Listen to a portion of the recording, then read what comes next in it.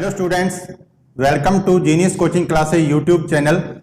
Last video में अपने chapter number first कर रहे थे सीबीएसई 10th साइंस का केमिकल रिएक्शंस एंड इक्वेशन, जिसमें अपने केमिकल रिएक्शंस के बारे में देखा था, उनके कैरेक्टरिस्टिक्स के बारे में डिस्कस किया था। आज अपने बात करेंगे types of chemical reactions. Chemical reactions जो हैं वो कितने टाइप्स की होती हैं। अपने जो एनसीईआरटी के अकॉर्डिंग पढ़ना है, अपने 5 टाइप्स की केमिकल रिएक्शन के बारे में देखना है। सबसे पहले एक एक करके उनके मैं आपको नाम बता देता हूं। कॉम्बिनेशन रिएक्शंस, सेकंड जो डिस्कस करनी है अपने को डीकम्पोजिशन रिएक्शन, थर्ड जो अपने को देखनी है डिस्प्लेसमेंट रिएक्शन, फोर्थ जो अपने हैं double displacement reaction,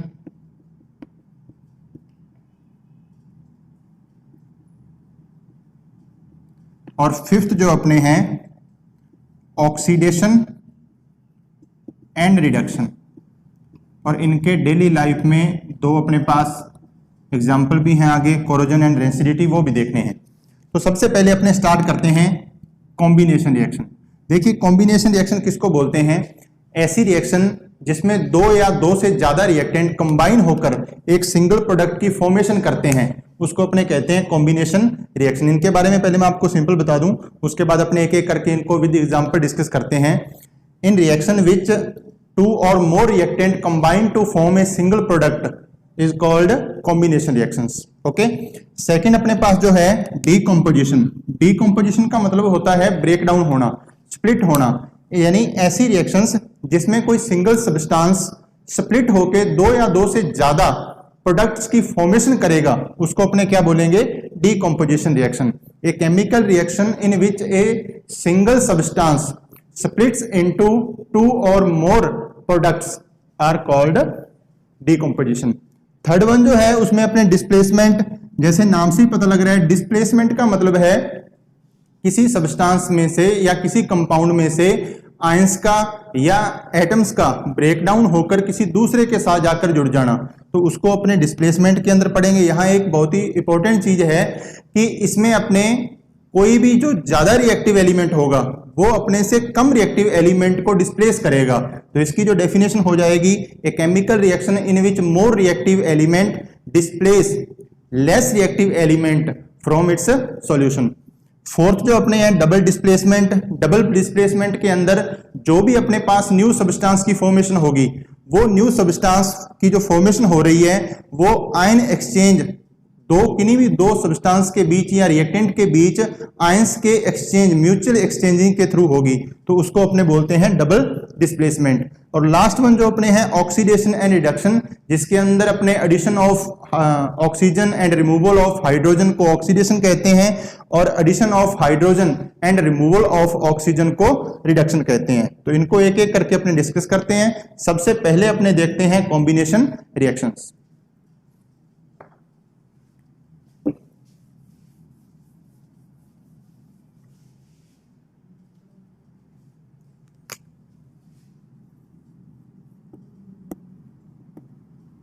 combination reactions, सबसे पहले इसकी डेफिनेशन पता होनी चाहिए। ए रिएक्शंस या ए केमिकल रिएक्शन इन विच 2 और more reactant combines to form a single product are called combination reaction। इसमें बहुत सारे एग्जांपल अपने पास, जैसे फर्स्ट एग्जांपल इसमें लिख सकते हैं अपने बर्निंग ऑफ कोल, जिसमें कार्बन प्लस O2 और इन्होंने मिलकर क्या बनाया? CO2। देखिए इसमें दो रिएक्टेंट है, कार्बन एंड ऑक्सीजन, और उन्होंने मिलकर फॉर्म किया है कार्बन डाइऑक्साइड। सेकंड आप देख सकते हो इसके अंदर formation of water, formation of water में हाइड्रोजन ऑक्सीजन के साथ कंबाइन होकर वाटर की फॉर्मेशन करता है।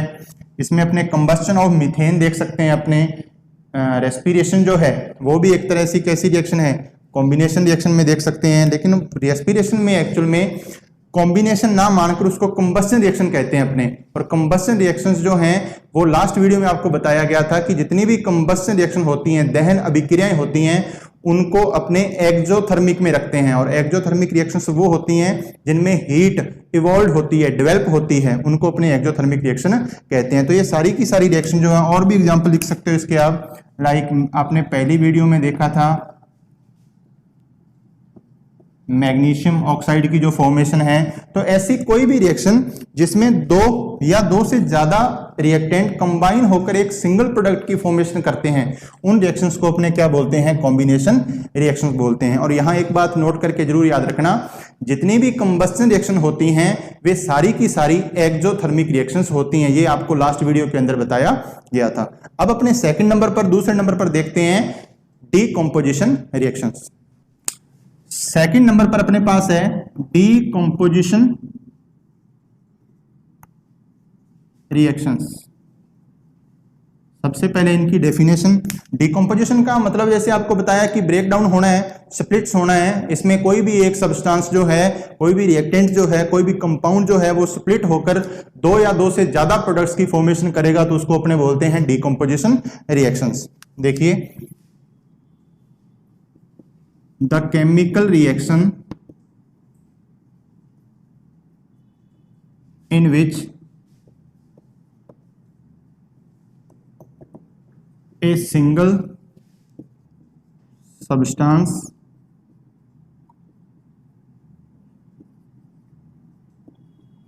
splits into two or more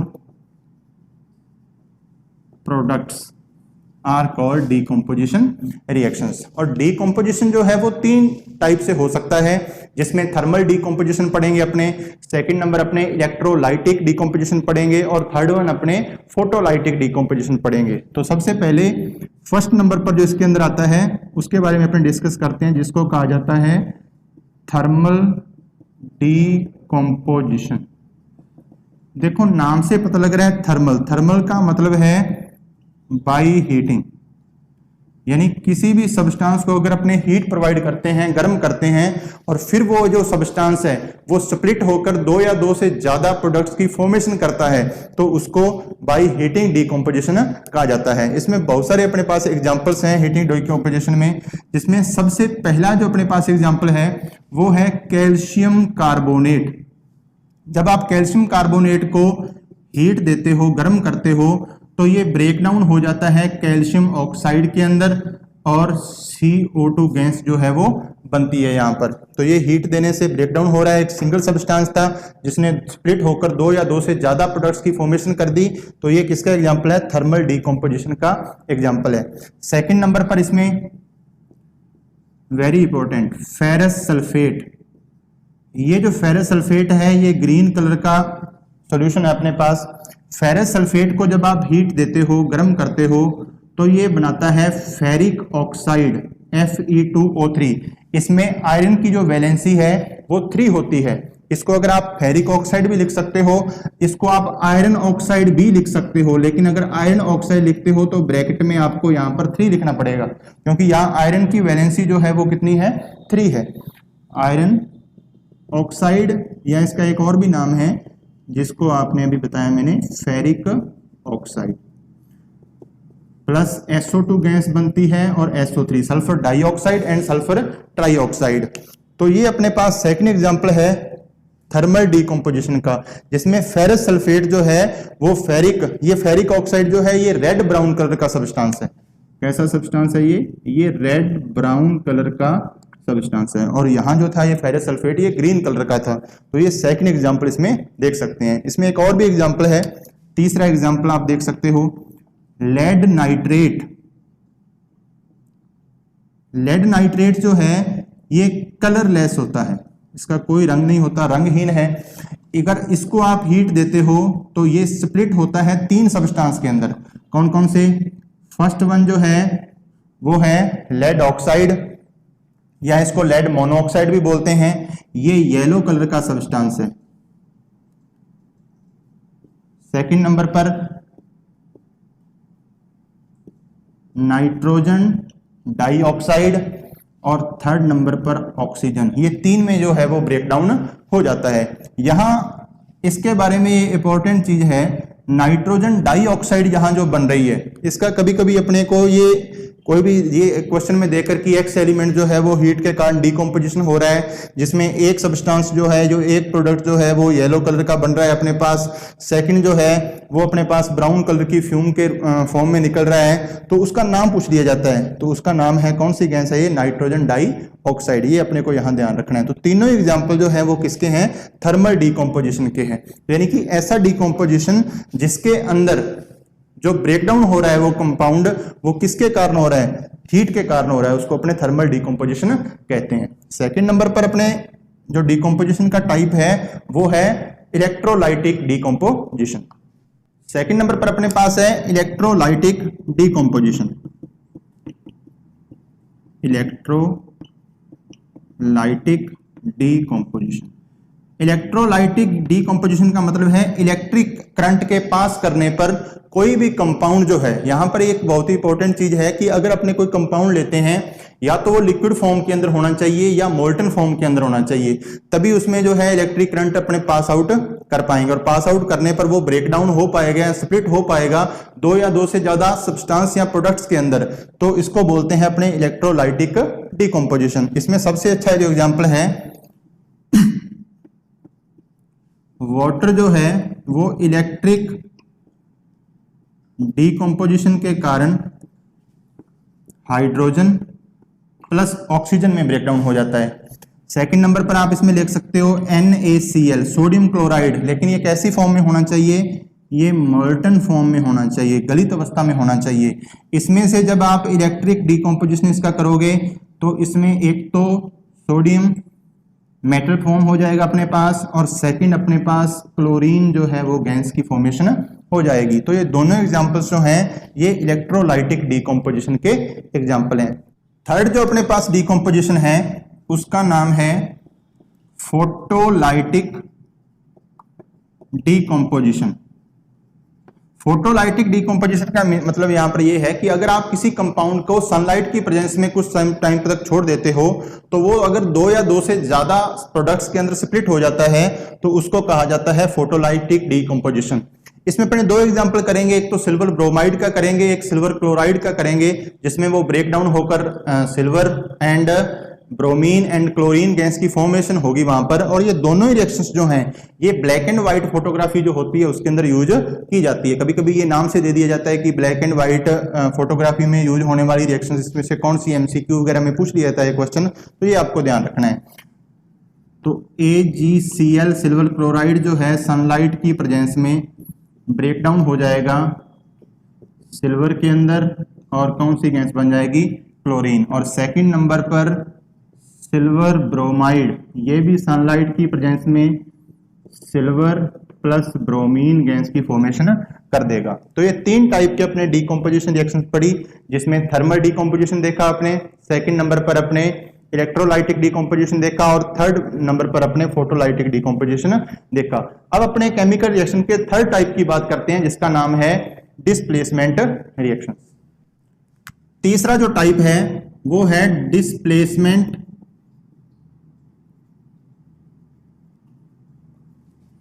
reactions. सबसे पहले इसकी डेफिनेशन देखते हैं। ए केमिकल रिएक्शन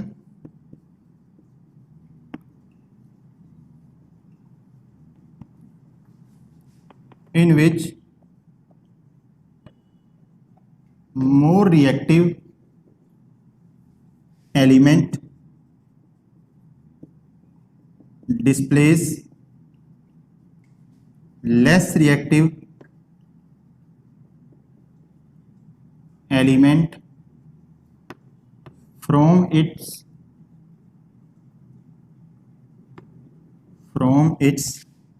सॉल्यूशन, या साल्ट सॉल्यूशन लिख सकते हैं, सॉल्यूशन। यानी जिसमें एक ज्यादा रिएक्टिव एलिमेंट जो है वो कम रिएक्टिव एलिमेंट को उसके कंपाउंड से या उसके सॉल्यूशन से डिस्प्लेस कर देता है, ऐसी रिएक्शन को बोलते हैं डिस्प्लेसमेंट रिएक्शन। लेकिन अब यहाँ पर अपने क्वेश्चन ये बनता है कि अपने को कैसे पता चलेगा कि कौन सा एलिमेंट जो है वो ज्यादा रिएक्टिव है और कौन सा एलिमेंट जो है वो कम रिएक्टिव है। तो इसके लिए अपने को जितने भी मेटल्स हैं जो इंपॉर्टेंट, जो ज्यादातर रिएक्शंस में यूज होती हैं, उनकी रिएक्टिविटी सीरीज जो है वो यहाँ पर अपने को याद रखनी पड़ती है। देखिए मैं लिख देता हूं इधर वाली side, potassium, sodium, calcium, magnesium, aluminium, zinc, iron, tin, lead, hydrogen, copper, mercury, silver and aurum. ये रिएक्टिविटी सीरीज का या रिएक्टिविटी का घटता हुआ क्रम है। मतलब ये ऊपर वाला जो एलिमेंट आपको दिख रहा है ये मोर रिएक्टिव है, सबसे ज्यादा रिएक्टिव मेटल है, और जो लास्ट में दिख रहा है ये सबसे आपको लीस्ट रिएक्टिव। तो ये अपने को सीक्वेंस जो है इनका ये याद रखना है। तो और किसी भी इक्वेशन में, किसी भी रिएक्शन में ये जरूर देखना है कि एक ज्यादा रिएक्टिव या मोर रिएक्टिव एलिमेंट ही लेस रिएक्टिव एलिमेंट को क्या कर सकता है, उसके कंपाउंड से डिस्प्लेस कर सकता है। कम रिएक्टिव एलिमेंट कभी भी ज्यादा रिएक्टिव एलिमेंट को उसके कंपाउंड से डिस्प्लेस नहीं कर सकता। इसका एग्जांपल, पहला एग्जांपल इसमें आयरन की रिएक्शन जब आप कॉपर सल्फेट से करवाते हो। कॉपर सल्फेट जो है ये ब्लू कलर का सॉल्यूशन होता है, और आप देख सकते हो कॉपर जो है वो यहां पर है, जबकि आयरन इससे ज्यादा रिएक्टिव है। तो आयरन इस कॉपर को इसके कंपाउंड से डिस्प्लेस कर देता है, जिसके कारण ये जो ब्लू कलर का सॉल्यूशन है वो डर्टी ग्रीन कलर के सॉल्यूशन में कन्वर्ट हो जाएगा, FeSO4 फेरस सल्फेट प्लस किसकी फॉर्मेशन हो जाएगी, कॉपर की। सेकंड नंबर पर आप और एग्जांपल देख सकते हो Zn, इसकी रिएक्शन जब आप सल्फ्यूरिक एसिड से करवाते हो तो आप देख सकते हो Zn जो है वो हाइड्रोजन से ज्यादा रिएक्टिव है, तो ये फॉर्म करेगा ZnSO4 प्लस हाइड्रोजन जो है वो अलग हो जाएगा। ओके, थर्ड और देख सकते हो, अगर आप जिंक की रिएक्शन करवाते हो कॉपर सल्फेट से, तो जिंक जो है वो कॉपर के कंपैरिजन में ज्यादा रिएक्टिव है, और कॉपर सल्फेट जैसे बताया आपको कैसे कलर का सॉल्यूशन है, ब्लू कलर का। जैसे ही आप इसकी रिएक्शन करवाते हो तो आपके पास फॉर्म होता है ZnSO4 प्लस कॉपर, और ये ZnSO4 ये कलरलेस है, मतलब ये ब्लू कलर का जो सॉल्यूशन था वो ब्लू कलर इसकी रिएक्शन होने पर धीरे धीरे डिसअपीयर हो जाता है। तो ये तीनों रिएक्शंस जो हैं वो किसमें पढ़ेंगे, अपने डिस्प्लेसमेंट रिएक्शंस के अंदर डिस्कस कर रहे हैं। ओके, इसकी डेफिनेशन, ये रिएक्टिविटी की सीरीज जो है अपने पास बनी हुई है, ये अपने को याद होनी चाहिए थोड़ी, जिससे अपने को ये पता चलेगा कि कौन सी केमिकल रिएक्शन जो है वो हो सकती है और कौन सी केमिकल रिएक्शन कभी भी अकर नहीं होती। ये ऐसे क्वेश्चन जो हैं एमसीक्यू में बहुत पूछे जाते हैं। आपको 4 रिएक्शन देगा वो, और ऊपर पूछेगा कि इनमें से कौन सी रिएक्शन जो है वो पॉसिबल नहीं है या इनमें से कौन सी रिएक्शन पॉसिबल है। जैसे आप देखिए मैंने एक रिएक्शन लिखी यहां पर, तो आप खुद देख सकते हो कि वो जो रिएक्शन है वो कभी भी अकर नहीं हो सकती। देखिए मैंने यहां पर लिखा 2NaCl plus Mg,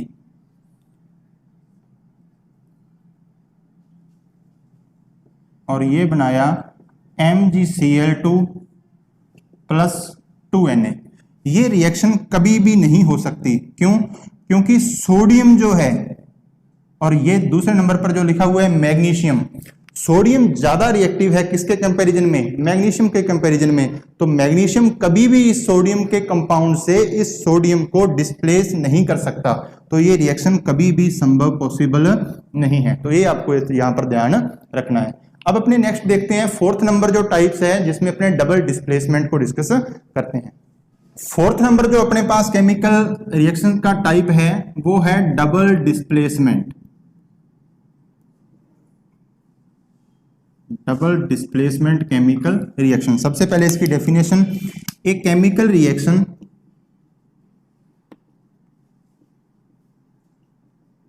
in which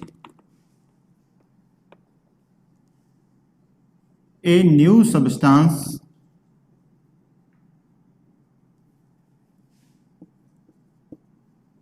formed by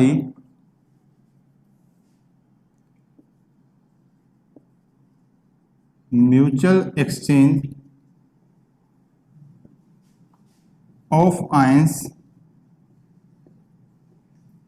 between two